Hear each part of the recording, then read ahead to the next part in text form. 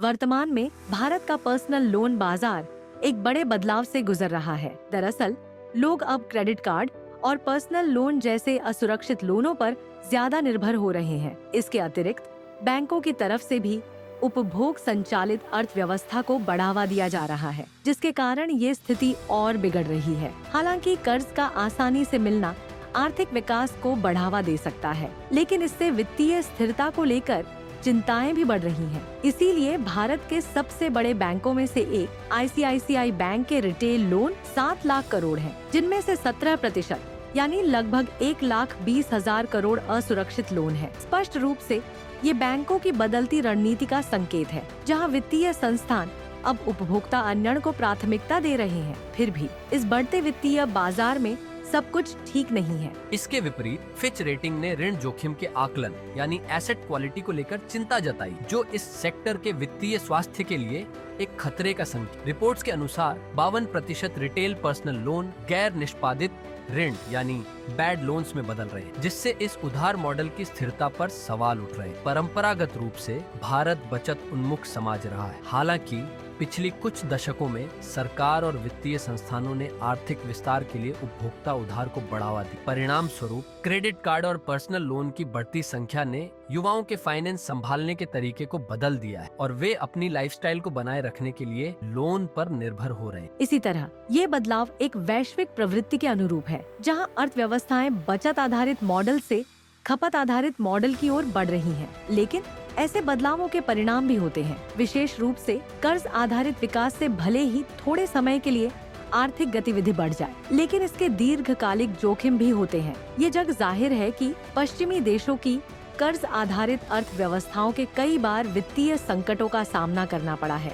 जैसा कि कई वैश्विक आर्थिक मंदी में देखने को मिला है। इसीलिए भारतीय बैंकिंग प्रणाली को सावधानी से चलना होगा, ताकि ऐसी ही गलतियों से बचा जा सके। ऐतिहासिक रूप से ऐसे कई उदाहरण हैं जहां पर्सनल लोन पर ज्यादा निर्भर रहने से वित्तीय संकट और बढ़े। उदाहरण के लिए 2008 का वैश्विक वित्तीय संकट आसान लोन और अत्यधिक उधार के कारण हुआ, जिससे बैंकों का पतन हुआ और लाखों लोग बर्बाद हो गए। इसी प्रकार 1997-98 के एशियाई वित्तीय संकट में अत्यधिक विदेशी और घरेलू उधार के कारण आर्थिक मंदी और मुद्रा का अवमूल्यन। इसी तरह ग्रीस का ऋण संकट 2010-12 और अर्जेंटीना के आर्थिक संकट 2001 में बाहरी कर्ज और पर्सनल उधार के कारण आर्थिक अस्थिरता और बढ़ गई। निश्चित रूप से भारत को इन सबक को गंभीरता से लेना चाहिए, क्योंकि असुरक्षित पर्सनल लोन में मौजूदा उछाल अगर नहीं रोका गया तो ये एक प्रणालीगत जोखिम पैदा कर सकता है। इसके बावजूद भारतीय बैंकिंग प्रणाली असुरक्षित लोन को बढ़ावा दे रही। परंपरागत रूप से भारतीय समाज पर्सनल लोन लेने और क्रेडिट कार्ड पर निर्भर रहने को हतोत्साहित करता रहा है। दरअसल भारतीय घरों में बचत की एक मजबूत नैतिक परंपरा रही है, जिसके चलते वे बिना जरूरत के उधार लेने के बजाय बचत करना पसंद करते हैं। पश्चिमी देशों के विपरीत, जहां क्रेडिट एक आम बात है, भारतीय उपभोक्ता उधार की किस्त अदा न कर पाने और वित्तीय संकट के डर से लोन लेने से बचते हैं। इसके अतिरिक्त कर्ज को भारत में सामाजिक कलंक भी माना जाता है, जहां इसे वित्तीय कुप्रबंधन का संकेत समझा जाता है। इसके अलावा क्रेडिट कार्ड और पर्सनल लोन पर ऊंची ब्याज दरें भी कई लोगों को असुरक्षित कर्ज लेने से रोकती है। फिर भी कई संकेत मौजूदा लैंडिंग परिदृश्य की नाजुकता को उजागर करते हैं। विशेष रूप से लोन चुकाने की घटती दरें बताती हैं कि उधारकर्ताओं के पास अपना कर्ज चुकाने की क्षमता नहीं हो सकती है। इसके अतिरिक्त सुरक्षित लोन की धीमी वृद्धि, जहां होम लोन, ऑटो लोन और प्रॉपर्टी के बदले लोन में गिरावट देखी गई है।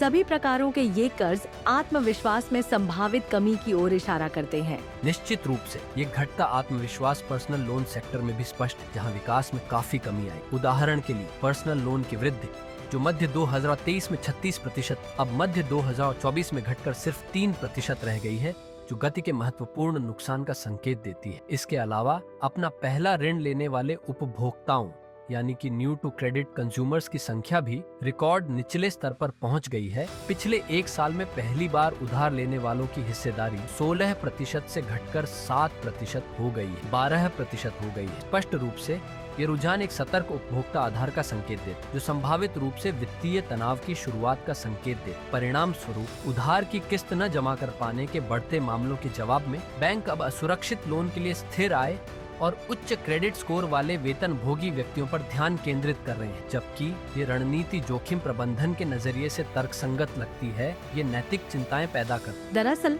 वेतन भोगी पेशेवरों को असंगत रूप से लक्षित करके बैंक समाज के एक विशिष्ट वर्ग को आर्थिक रूप से कमजोर बना सकते हैं। इसके अतिरिक्त मध्यम वर्ग के कमाने वाले, जिनके पास अक्सर सीमित बचत और वित्तीय बफर होते हैं, वे कर्ज के चक्र में फंस सकते हैं। इसीलिए ये दृष्टिकोण दो स्तरीय आर्थिक संरचना बनाने का जोखिम पैदा करता है, जहां वित्तीय बोझ असंगत रूप से आबादी के एक ही हिस्से पर पड़ता है, जबकि अमीर व्यक्ति ऐसे जोखिमों से बचे रहते हैं। इसके अलावा बढ़ती वित्तीय असमानता का मुद्दा परिदृश्य को और जटिल बनाता है। उदाहरण के लिए वर्ल्ड इनइक्वालिटी लैब के एक हालिया अध्ययन ने भारत में अत्यधिक आय और संपत्ति की असमानता को उजागर किया है। वास्तव में आय की असमानता भारत में ब्रिटिश औपनिवेशिक काल के समान है। इसके अतिरिक्त भारत के शीर्ष 1% के पास देश की आय का 22.6% और कुल संपत्ति का 40.1% हिस्सा होने के साथ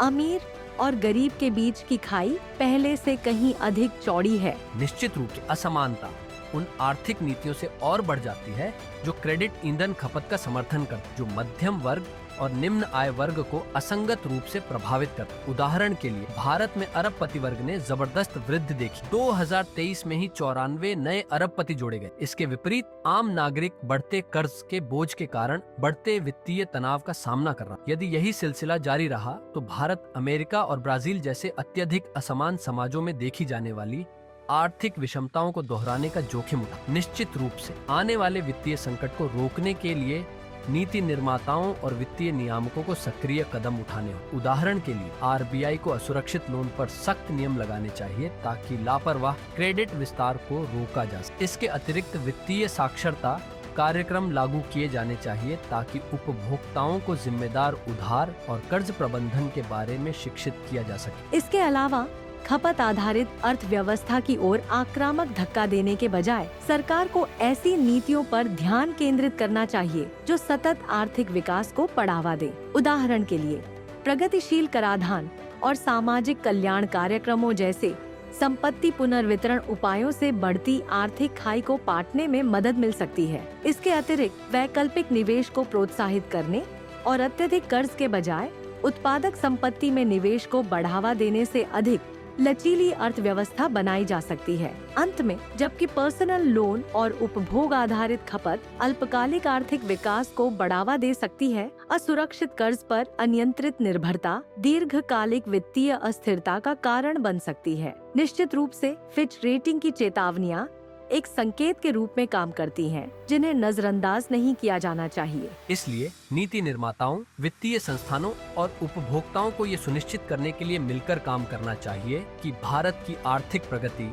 अस्थिर कर्ज और उपभोक्तावाद की नाजुक नींव पर न बनी। अंततः लक्ष्य आर्थिक विस्तार और वित्तीय विवेक के बीच संतुलन बनाना होना चाहिए। ये सुनिश्चित करना कि विकास लाखों भारतीयों के वित्तीय विनाश के जोखिम और कीमत पर न हो। इसके अतिरिक्त भारतीयों को वित्तीय मामलों में समझदारी के लिए अपने प्राचीन मूल्यों की ओर देखना चाहिए, क्योंकि भारत यूरोप नहीं है और दोनों की तुलना नहीं की जा सकती है।